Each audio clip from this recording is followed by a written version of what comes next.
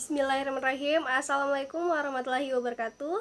Perkenalkan, nama saya Miftahul Jannah dengan NIM J021 201103, pengantar ilmu pertanian kelas D, program studi agribisnis. Baik, di sini saya akan menjelaskan tentang tata niaga pertanian. Sebelumnya kita harus tahu, apa sih itu tata niaga? Jadi, tata niaga merupakan semua kegiatan yang bertujuan untuk memperlancar arus barang dan jasa dari produsen ke konsumen secara paling efisien dengan maksud untuk mencapai permintaan yang efektif. Di dalam sistem tata niaga dianggap efisien jika memenuhi dua syarat, yaitu yang pertama, mampu menyampaikan hasil-hasil dari petani produsen kepada konsumen dengan biaya semurah-murahnya. Kemudian yang kedua, mampu mengadakan pembagian yang adil dari keseluruhan harga yang dibayar konsumen terakhir kepada semua pihak yang ikut serta di dalam kegiatan produksi dan tata niaga barang tersebut. Selanjutnya yaitu peranan dan fungsi tata niaga. Fungsi yang pertama yaitu fungsi pertukaran, di mana semua tindakan untuk memperlancar pemindahan hak milik atas barang dan jasa. Fungsi pertukaran dibagi menjadi dua, yaitu fungsi penjualan dan fungsi pembelian.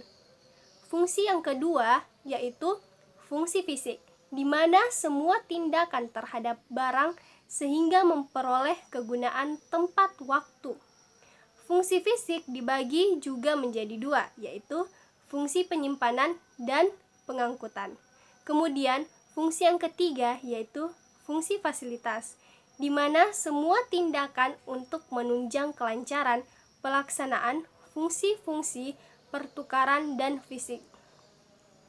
Fungsi fasilitas dibagi menjadi empat, yaitu fungsi standarisasi dan grading, fungsi penanggungan resiko, fungsi pembiayaan, dan fungsi keterangan pasar. Adapun struktur perilaku dan keragaan pasar. Yang pertama, pendekatan SCP, yang merupakan pendekatan organisasi pasar yang mencakup atau mengkombinasikan semua aspek dari sistem tata niaga, yaitu S, market struktur, C, market conduct, dan P, market performance.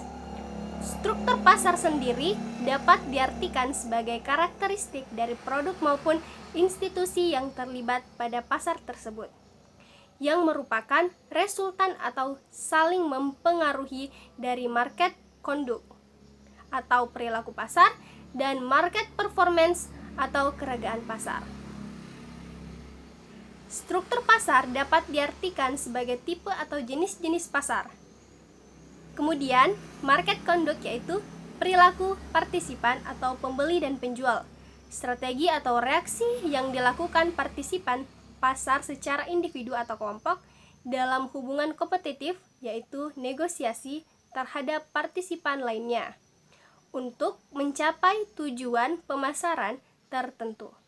Dan yang terakhir yaitu market performance, yaitu keragaan pasar yang merupakan hasil atau pengaruh dari market struktur dan market conduct, yang dalam realita dapat terlihat dari produk atau output, harga, dan biaya pada pasar-pasar tertentu. Selanjutnya, lembaga pemasaran pertanian, yaitu merupakan badan yang menyelenggarakan kegiatan pemasaran, menyalurkan barang dan jasa dari produsen ke konsumen. Pasar produk pertanian sekarang mengalami perkembangan yang pesat, yaitu menjadi pasar modern. Antara lain dengan hadirnya supermarket di berbagai daerah. Petani pada umumnya menghadapi struktur pasar yang oligopolistik dalam pembelian sarana produksi. Di sisi lain, petani menghadapi struktur pasar hasil pertanian yang oligopsoni. Kondisi ini relatif tidak menguntungkan bagi petani dan keuntungan lebih banyak dinikmati pedagang. Mungkin itu saja. Terima kasih. Assalamualaikum warahmatullahi wabarakatuh.